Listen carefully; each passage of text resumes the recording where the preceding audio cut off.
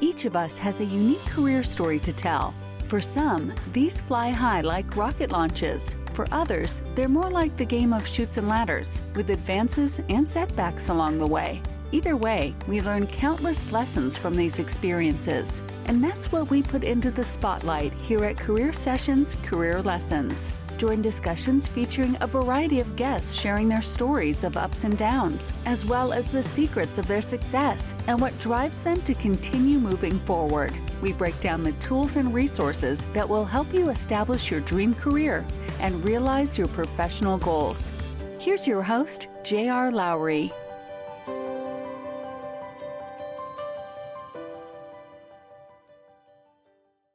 I'm J.R. Lowry, and this is Career Sessions, Career Lessons, which is brought to you by Pathwise.io. Pathwise is dedicated to helping you live the career you deserve, providing career coaching, content, courses, and community. Basic membership is free, so visit Pathwise.io online and join today. Today, my guest is Tim Welsh. Tim is the Vice Chair of Consumer and Business Banking for U.S. Bank, the fifth largest bank in the United States. He is also a board member for Upside Foods, a developer of cultured meats. Prior to these roles, Tim was a senior partner with McKinsey, where he worked for an impressive 29 years. Tim's volunteer experience is at least as impressive as his for-profit work, and he served as a board member for many of the Minneapolis area's most well-known nonprofits, as well as for national organizations such as Catholic Charities, and in an advisory capacity for the Consumer Financial Protection Bureau. He's been honored on multiple occasions, including by Twin Cities Business, the United Way, and Catholic Charities. And Minneapolis even honored him with a Tim Welsh Day in 2006. Tim earned his undergraduate degree in social studies from Harvard University, and he also has an MBA from the Harvard Business School. He lives in the Minneapolis area. Tim, welcome. It's really an honor to have you on the show. I appreciate you making the time for it. Well, Jared, great to be with you. It's really great to reconnect, and I'm delighted that you're doing this kind of work. I think it's really important.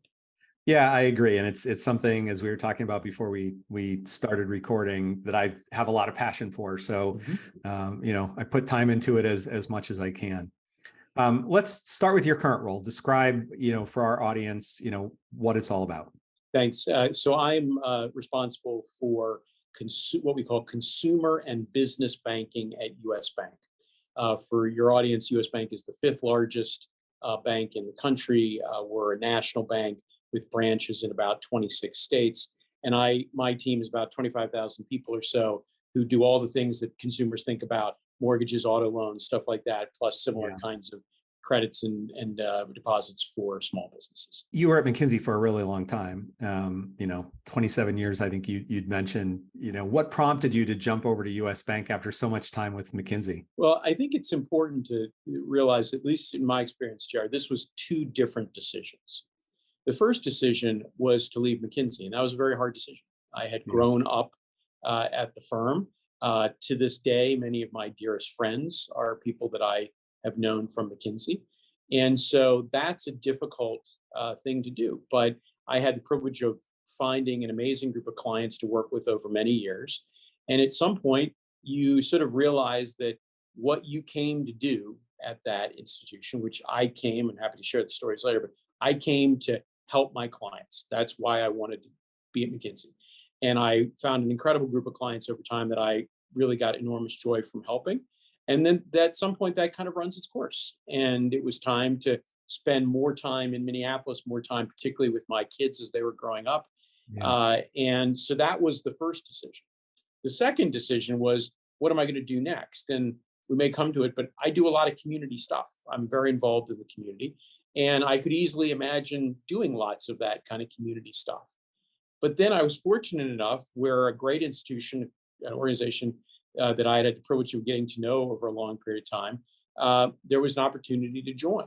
And I only joined because U.S. Bank is a purpose-driven organization whose purpose aligns with what I'm trying to do, right? My central purpose is to help as many people as possible. And U.S. Bank, every time I turn on my computer, it says, we invest our hearts and minds to power human potential, right? That's a fancy way of saying we're trying to help as many people as we can, right?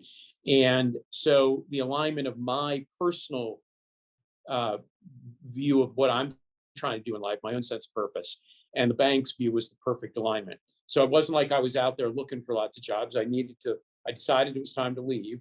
And then I decided, well, if I'm going to do anything other than my community work, I want to do it at a place that has the same sense of purpose that I personally think is important. Yeah, and you're working in retail banking, right? As you said, consumer business banking. I mean, you're very much, retail banks are a fixture in the communities that they're in.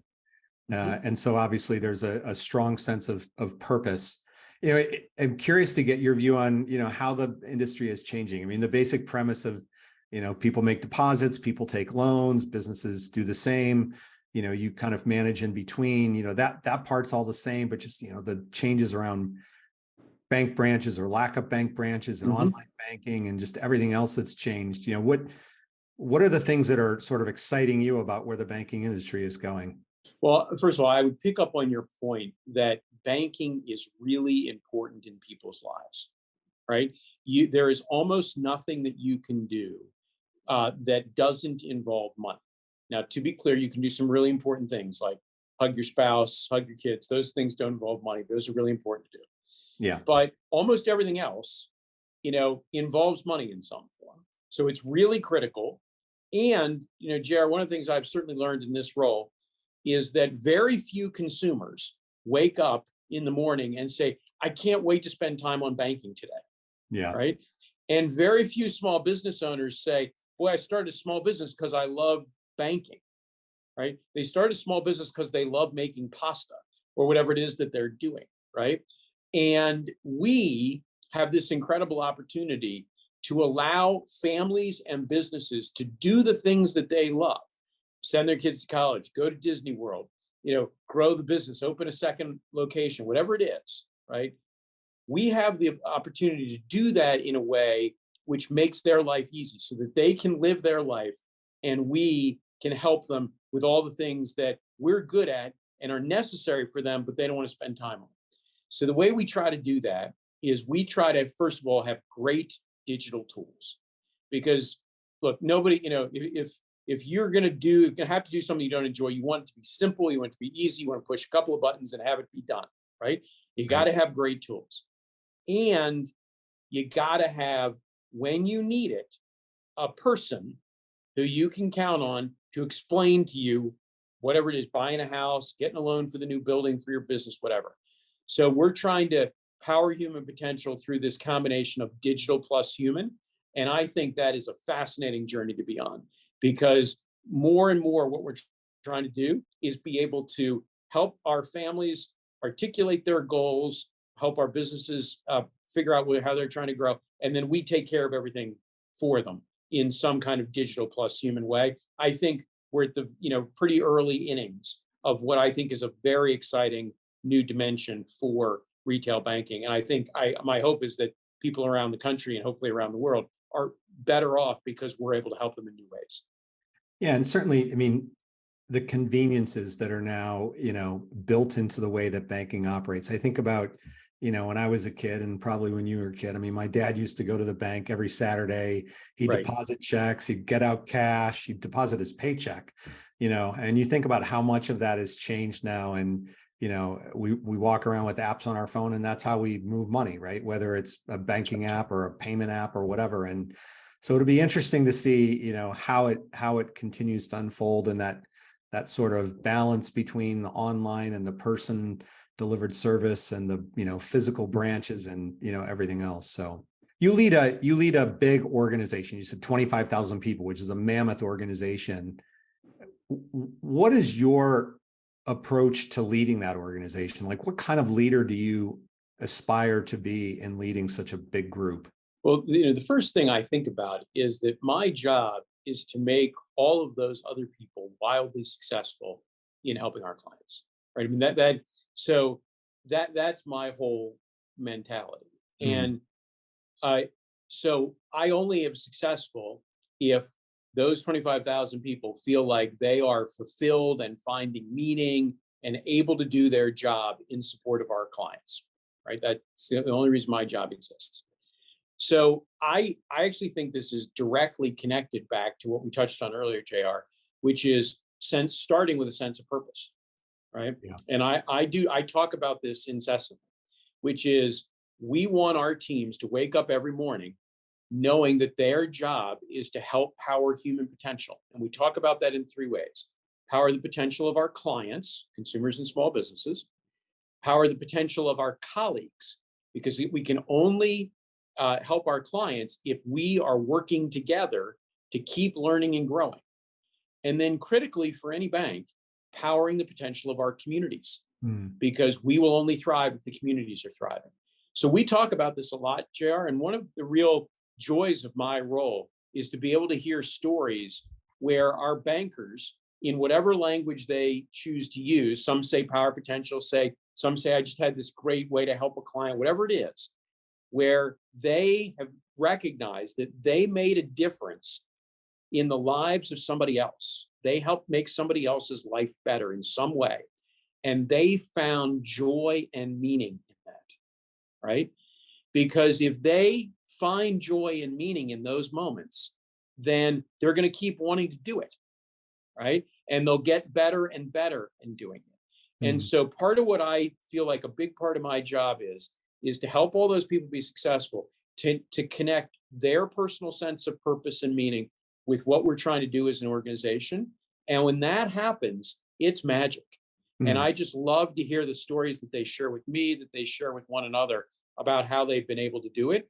And I also love when they share those stories with people who are not quite as client facing, because those people who aren't client facing play such a critical role in helping all of those who are on the front lines with clients, helping them succeed. So we have to show that connection between what they're doing every day and how our frontline teams are able to power the potential of our clients.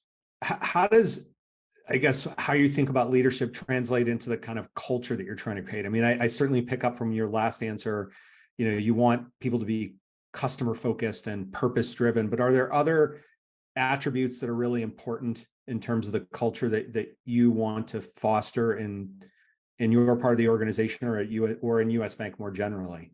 Yes, very much. So the first is this sense of purpose around serving clients, right? But there's also, we talked about powering the potential of our clients, powering the potential of our colleagues, and I'll come back to that in a second, and then communities, right? Right. So on our colleagues, it's really important that we create a culture of continuous learning and development, right? All of us constantly learning. And in order for us to do that, we need to create an environment where people, for example, understand their strengths and they understand the strengths of the people around them so that they can leverage their own strengths and nurture those of people around them, right? We need to create an environment of generosity. I'm a big fan of Adam Grant and give and take and that kind of concept. We need to have this learning growth mindset, the Carol Dweck work, right? So that all of those notions are really important. We talk about that stuff a lot, the sense of purpose and those things. So you got to have a learning environment. And then a critical part of that is you can't live in fear. You got to be willing to make mistakes, because in a rapidly changing world, we're all going to try things. We're going to make mistakes. That's a normal part of learning, right? So it's easy for us to spend, and for organizations to get caught up in fear. I'm trying to reduce as much fear as possible so that people can try things, be their best self, all of that, and constantly learn and grow and help others learn and grow. So that's a critical part of the culture as well. How does that translate into what you look for when you're hiring? A lot of different elements of that. So, first of all, we absolutely want people who have their own sense of purpose aligned with ours, that we don't, you use different words. Secondly, we do ask about, tell us some examples of things where haven't gone your way. How'd you learn from them? How did people respond around you? Or did you have some resiliency in those kinds of situations? I think it also is, this is one of these things where people say, well, does that mean everybody has to be nice? No, this is not a question of, are you nice or not? This is a question of, how do you contribute to serving our clients and building our colleagues and communities? And there are lots of different ways to do that. And I am a strong believer in that we got to have diverse perspectives. We can challenge each other and be comfortable asking tough questions and all that. We can, by the way, do it in a respectful manner, which I think is a whole different thing. But, we want a whole diversity of views represented in every aspect of diversity. And So, you're looking for all of those attributes in the hiring plan.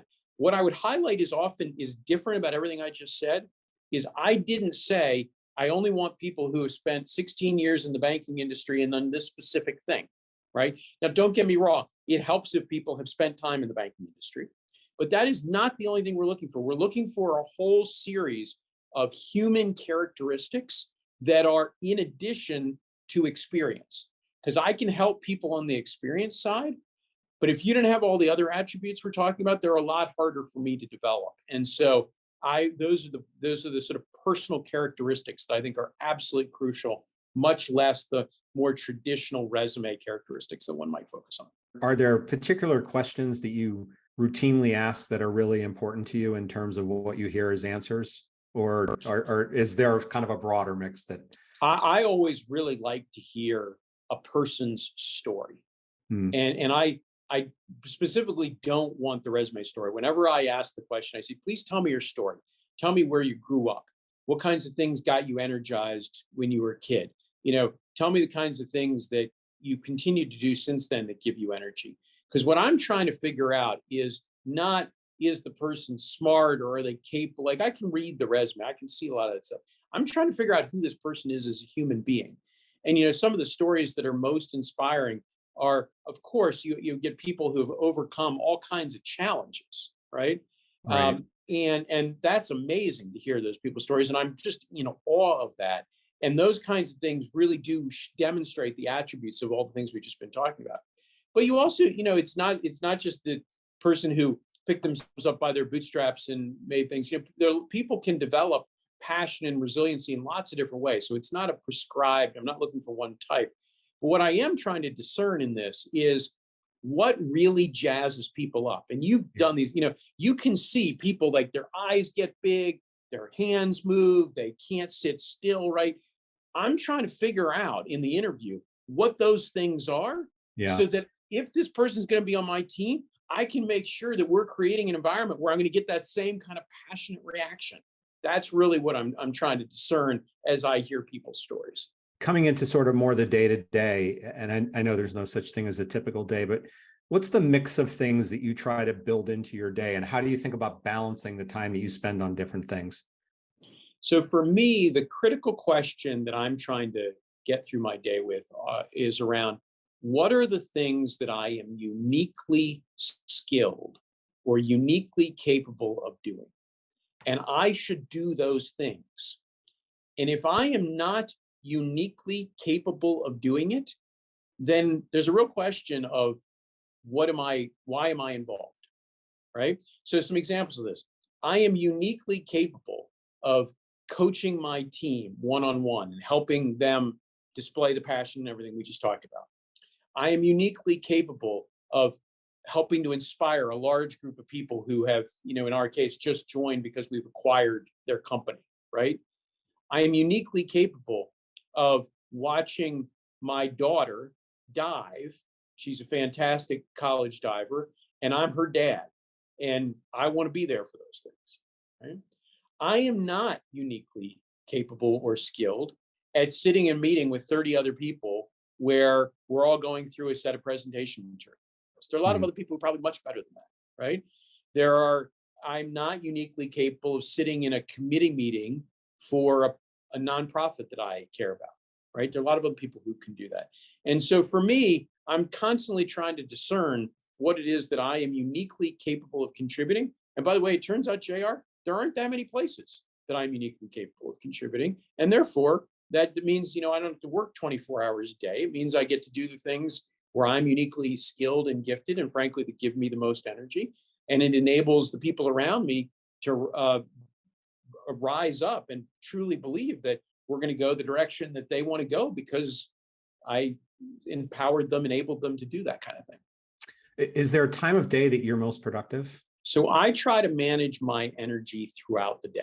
Like Okay. I think managing energy is more important than managing time.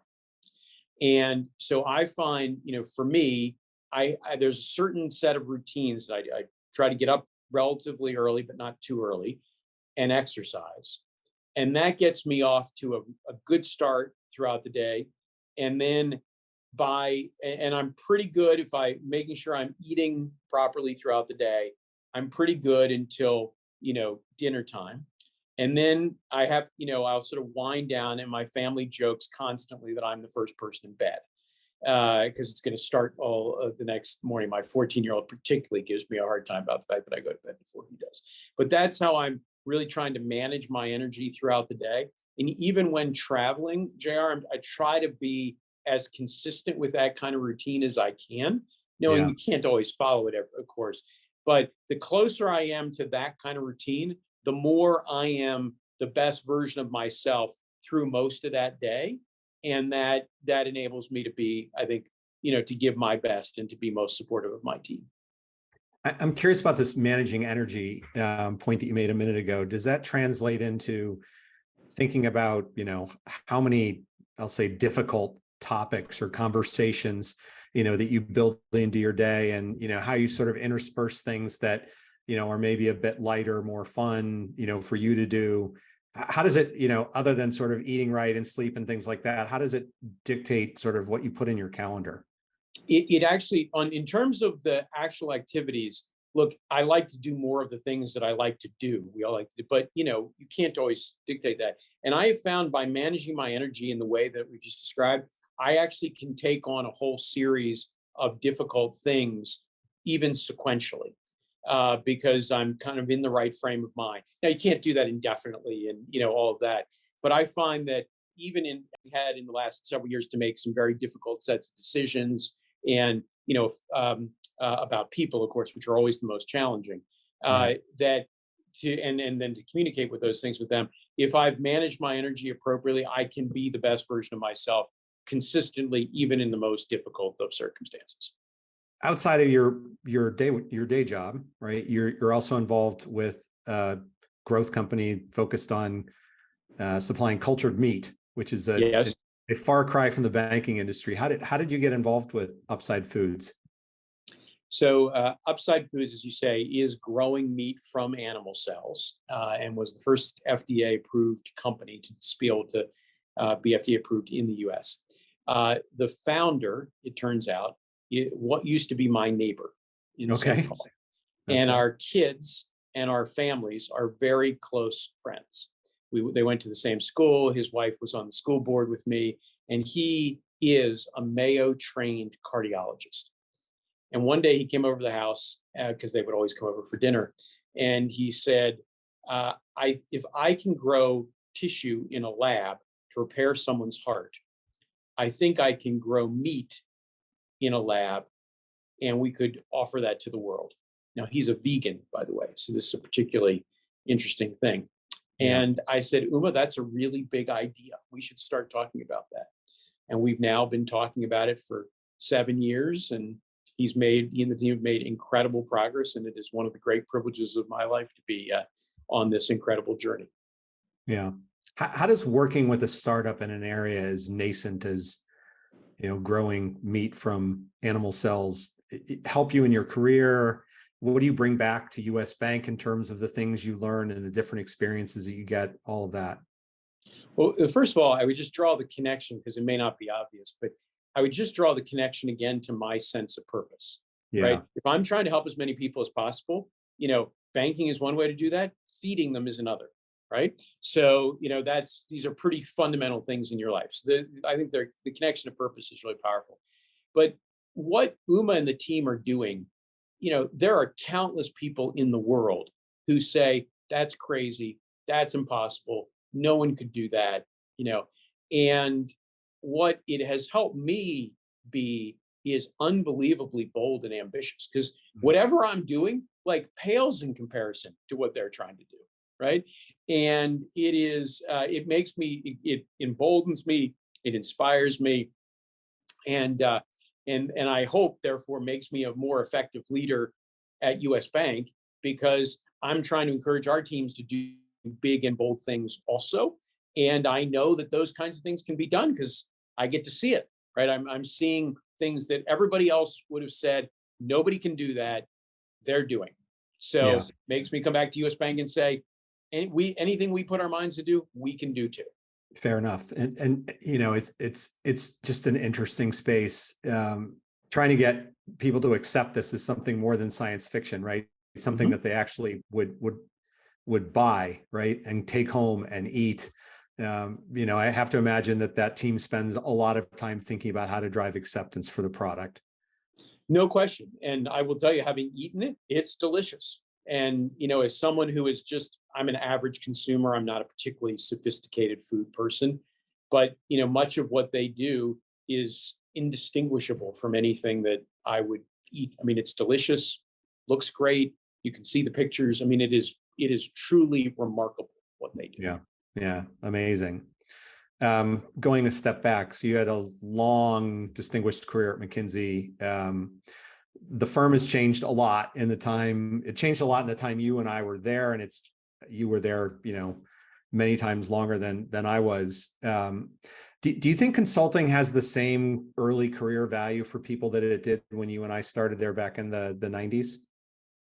Look, I think one of the really wonderful attributes of McKinsey and many consulting firms, right, is that as a young person, you are exposed to so many different situations and so many different people in a very short period of time, right?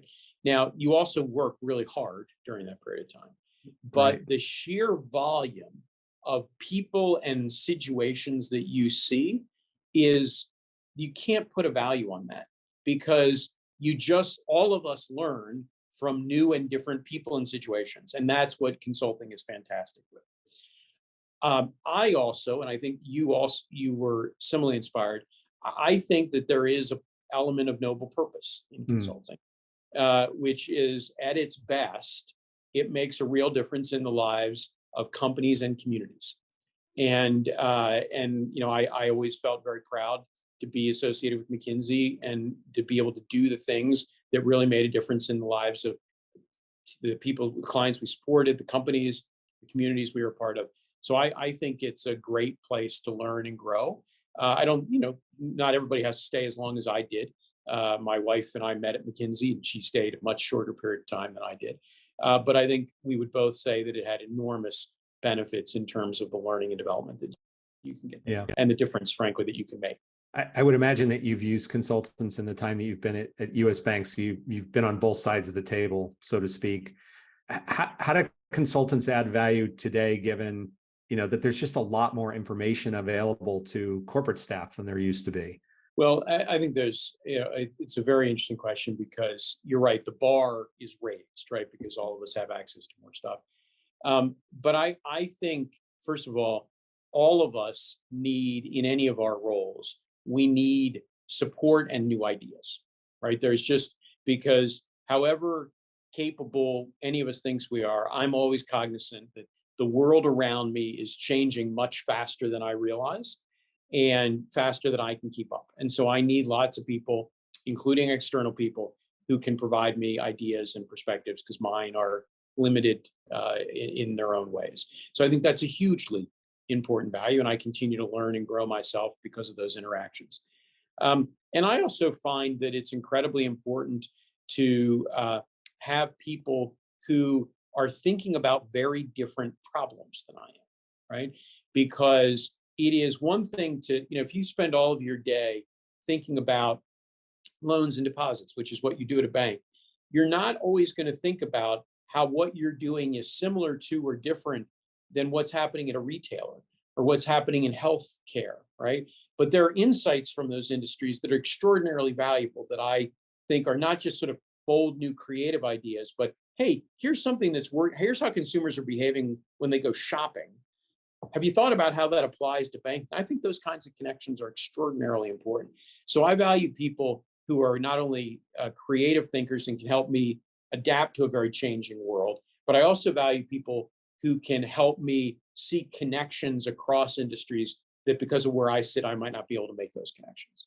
When you came over to US Bank, having spent so many years in a consulting firm, was your transition an easy one, or were there areas that were kind of shocks for you? It's very interesting, JR, because, and I suspect you found this as well when you transitioned into the corporate world, but as a consultant, you know your clients reasonably well, right? And I, at least, didn't appreciate how many things went on in their lives that I didn't know anything about, Yeah. right? No exposure to. So for us, you and I both are in financial services. One of the things that one of the groups of people you work with in financial services are regulators, right? So I remember it was like day 2 or 3, I met the first regulators that I'd ever spoken to. And we introduced ourselves and I said, I'm delighted to meet you, but I want you to know that I have no experience working with anybody like you. And so I'm almost certainly going to screw it up. And so please, tell me when I'm doing things right and when I'm doing things wrong and what mistakes I make so that I can learn from that. Yeah. And so that's just one simple example of all of the things that go on in an organization that as a consultant, you have very limited transparency into. And for me, that's been a ton of fun, actually. It's been a whole new learning curve of things that I didn't even know that I didn't know.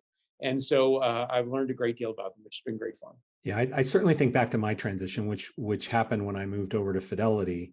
People I worked with back then would probably have stories to tell, about those early days. I think you realize that when you're a consultant, you often get to work with people who are handpicked, to work on these projects, right? And when you go into a company, you have to learn to make everybody better, right? Not just the star performers better. And there's a lot of things to your point that you get pulled into that the consultants never see, or certainly when you're a consultant, you never really have to deal with. And so, it is a bit of an adjustment. I think I always aspire to have people not say, oh, there's still too much consultant in him, right? That you sort of make that transition to being, an operator. Anyway, you do a ton of nonprofit work. Where do you find the time? Well, so first of all, it starts with passion. I'll share a story because you were at the firm about this time. I've emphasized the fact that, my sense of purpose is around helping people. And so, you were in Chicago, I was in Minneapolis, and this is like the late 90s. Right. And a call came in to the Minneapolis office from an organization called Catholic Charities. They're all over the country. And the board chair for Catholic Charities said, hey, we're going to do a strategic plan. Would anybody in McKinsey office like to do some pro bono support for us as we go through this? And the partners were all, they look, very interested in Catholic Charities, but they were too busy. And I raised my hand and I said, I'd like to do this. And I wasn't a partner at the time. It was kind of non-typical for someone who wasn't a partner to do this. But I said, guys, there's something you don't know about me. I was adopted from a Catholic Charities orphanage. And so from my perspective, this is not a random call, right? And so I'm going to go do this. I'm going to figure out how to do it. And what I realized, JR, in doing that is, first of all, I got this amazing connection to an organization that had helped me when I was homeless. And it also, helped me realize that the skills that you and I were developing at the time of consulting had broad applicability in a way that I didn't realize, right? And that ignited in me a passion that says, oh my goodness, I'm going to try to use these skills in as many places as possible. And so that's what I've been doing for the last 25 years, right? And what I have found, if I connect this back to what are things that I am uniquely capable of doing, like I can help an organization through really nettlesome strategic issues. I can do that. I can guide a team to analyze the right things, develop a set of recommendations, et cetera. I know how to do that because you and I have been doing that for decades, right? And it doesn't require me to go to all the committee meetings, which take up a lot of time. So I'm trying to find that thing where my passions and my skills intersect with the needs of whatever community groups there are and help them in ways that I'm uniquely able to do. And I've just been incredibly grateful that so many organizations, including Catholic Charities and many others, have allowed me to participate in the kind of work that they do. It's an enormous source of joy. Yeah, I mean, obviously there's some amazing nonprofits out there doing incredible work. For me, really my first exposure to the nonprofit sector was, I was a partner. I happened to be in the elevator going down to the parking garage and got, volunteered to go lead a project with the United Way of Mass Bay, which was the Boston United Way at the time. And I learned a ton about, the nonprofit sector and that project. And, that the woman, the COO at the nonprofit kept saying, like, I don't understand why you're all spending so much time with us. Like, don't you have other things that you should be doing? And they were sort of grateful and a bit flabbergasted that we were willing to do it. And the CEO, who was this woman, Marion Hurd, phenomenal fundraiser. And you just realize, like, how they, nonprofit heads many of them are always they're always in fundraising mode, and it is Yes. always on experience. And she worked incredibly hard for a bunch of years, raising money for that organization. It was really incredible to see her in action. And it was definitely an eye-opening experience for me. Well, that is, I think like you, I am inspired by so many of these people and the work that they do. And it's a privilege for me to be able to contribute in some small way to helping make them and their organizations more effective. Yeah. A lot of people talk about getting onto a nonprofit board. You've been on a lot. What advice would you give them for doing it? And what advice would you give them for choosing sort of where they get involved? So a couple of thoughts in this, not surprisingly, I think it's first got to be about passion, right? Mm. You don't, if what you feel like you're doing is sort of checking a box, don't do that. Find an organization that you're passionate about. And then figure out how you're going to roll up your sleeves in that. I mean, I love your example, JR, of how you and the team were spending so much time with United Way because you got a really big kick out of it, right? Find that thing at the organization that you're engaged with that you're really going to spend time on, that you just personally love. For me, I'll give you an example. One of the organizations that I helped start was an organization called the Itasca Project. It's been going for 20 years or so here in Minneapolis. And I, about 2 or 3 years ago, helped lead a task force. This is where I really rolled up my sleeves, led a task force with a couple of my dear friends here in town around what we called the first 1,000 days. Because what the first 1,000 days is about brain development in young children in their first 1,000 days.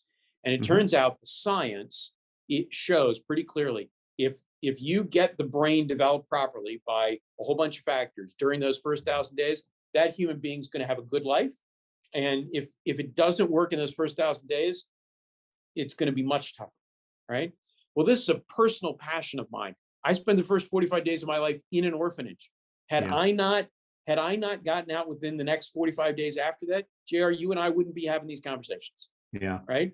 And so that's the kind of thing where, like, I really want to make that happen because I want other kids out there to have the same opportunities that I've had. So find that thing that's really going to jazz you up in that nonprofit and roll up your sleeves and make a difference, just like you did at the United Way. How does what you do with the nonprofits play back into your role as a corporate leader? Well, banks cannot thrive unless the communities around them are thriving, right? It's simple, right? And one of the great aspects of US Bank is that we are deeply involved in communities all across the country. So at some level, I'm trying to help my community thrive, and at some, I'm trying to just encourage and support and be a bit of a role model for thousands of my colleagues who are doing similar things across the country. I mean, this is a big deal at US Bank and frankly at many organizations where we think this is just the right thing to do. And our teams love it. And there are countless stories on LinkedIn and other places that you can see where, our teams with the big hearts just get out there and make a difference. Yeah, which is great. Again, you're doing an awful lot, which is impressive. Would you describe yourself as being a gritty person? Do you feel like you've got a lot of self-discipline and persistence? It's an interesting question. You're kind to say that I'm doing a lot and it's impressive. Much of it never feels to me that much like work in the sense, because I'm doing things that bring me joy and help me, energize me and that sort of thing. I think I'm pretty resilient because you can't have lived as long as you and I have without having lots of bumps and all of that. But mostly I think I'm just grateful. I'm grateful that I had so many clients when I was at McKinsey who allowed me into their lives. I'm so grateful that I have such wonderful colleagues here at US Bank. And I think that sense of gratitude is really important because I view the world, I'm grateful. And that means that I view the world as being abundant because I think there's so much to be grateful for. I also, being a religious person, I see a lot of God's grace, and I'm very grateful for that. And so it never seems, you might say impressive. I might just say humbling because I'm just feel really privileged to get to be a part of all these things. And how are you thinking about your own sort of growth and development? Like, what's a focus for you right now in your continued journey? It's interesting. Somebody asked me the question the other day. They said, when you retire, whenever that is, what will you look back on and say were your great accomplishments? And I said to that person, I said, look, retirement for me that's just one step in the process. I said, I hope I get to some old age and I can just look back and say, I helped as many people as I possibly could in as many ways as I possibly could. And so for me, that's the constant learning and growing is just to how to do more of that, JR, and how to, in as many ways as possible, at as many times as possible, to be able to do that. And that's the learning for me is just how to get better and better at doing that. It's that spirit. I mean, you sort of referenced it earlier, just, that having that growth mindset and all of that, and just, continuing to focus on, how you're learning, how the organization's learning. It seems like that's pretty woven pretty deeply into the way that you think about life. Very, very much. And I think you made just a critical point there. I don't think about this as my career learning. I think about it as my life journey, of which my work is a part. Yeah. Right. And I think it's really important, to have, from my perspective anyway, I'm trying to live a life that is meaningful to me and makes a difference in the world. And a part of that is my work in the traditional sense, but it's not the only part. What's ahead for you? Well, I hope more conversations like this. It's such a joy to reconnect with you and a lot of fun to talk about this. I'm honored and humbled that you would think about it. And I'm just, honestly, I just, every day it's what can I do to help more people? That's it. And anybody who's got ideas for me, including you, I'm all ears. When you think back to kind of your early career days, what do you know now, right? The years you and I have both accrued over the years. What do you know now that you wish you had known back then, that you would want somebody who's earlier in their career to really take to heart? The single biggest lesson for me, JR, that I wish I had known was not to get fixated on the traditional markers of career development. I remember vividly I don't know, I'd been a senior partner for probably 2 or 3 years or something like that. And I didn't get 2 roles at McKinsey that I thought I should have gotten. And I was really upset about it. Those were the traditional kind of career ladder sorts of things. Right. And I was talking to my wife about it, who didn't have a lot of patience for my irritability. And she said, I don't know why you're so upset about this. She said, every time you go to the meetings of those various groups, you don't come back happy, you come back grumpy. In contrast, whenever you do some of this learning and development stuff, you can't stop talking about it. Why don't you not do some of the stuff that makes you grumpy and do more of the stuff that makes you happy? And that set me off on a trajectory of the next 10 years of doing all the kinds of learning and development stuff we've been talking about, JR, and some of the most fun and exciting times. So don't get focused on those career ladder things. Get focused on the things you love doing. Yeah. You mentioned Adam Grant, you mentioned Carol Dweck. Are there others, whose work or books have particularly influenced the way that you think about work and life? Yeah, several. I'm a big fan of Dan Pink. I think some of the insights he has about motivation are fascinating. Emily Esfahani Smith, I think, is great in terms of sense of purpose and meaning. Bob Keegan, I think, has done some of the most outstanding work on how to reduce fear and get the most potential out of people. Bob Chapman, who's a CEO living out this kind of thing, have been real inspirations to me. As those are kind of thought leaders, people who do TEDx talk kinds of things, who have been really inspiration. Of course, I have many dear friends along the way, but those would be the kind of public figures out there, if you will. Right. Good. That's a good list. Some of those people I'm less familiar with, and I will have to go learn a little bit more about them. Last question. Any other career lessons that you'd want our audience to take away before we break? One of the harder ones for me has been to find joy in mistakes and realize that they are learning opportunities. That if the more you can frame any mistake or quote failure as a learning opportunity, the more quickly you can do that, the faster you grow. Yeah, it's very true. And certainly that's one of the key points that Carol Dweck makes in her book. Exactly. In her work, that you have to look at these things as learning opportunities. So that book, certainly the takeaways from it really resonated with me. And it's always good to talk to other people who have read it and appreciate, the kinds of things that she's done her research on over the years. Yeah, very much. Well, Tim, thank you. I appreciate it. You've been very generous with your time. I know you have many things going on. It's fun to catch up. I learned a lot from talking to you just about how you think about things. And, for me, that's, as we talked about before we started officially, one of the biggest reasons why I do this. So I'm grateful for the time you spent and wish you well. Well, thank you. And I'm honored that you're reached out to do this. It was a joy to be with you. And thank you for doing this really good work. I think this is really important stuff. Honored to be a part of it. Yeah, thank you. Well, have a good rest of your day. You too. Thanks. I'd like to thank Tim for joining me today to discuss his career journey, what he's learned along the way, and the guidance he would offer to aspiring leaders. If you're ready to take control of your career, visit pathwise.io. If you'd like more regular insights, you can become a Pathwise member. It's free. You can also sign up on the website for the Pathwise newsletter and follow us on LinkedIn, Twitter, and Facebook. Thanks. Have a great day.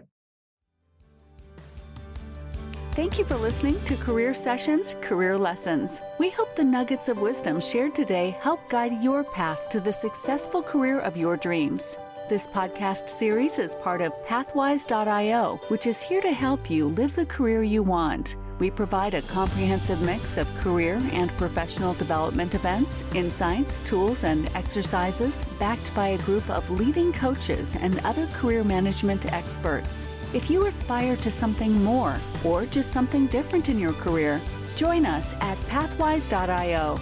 You can find us on LinkedIn, Facebook, and Twitter. See you again on the next episode.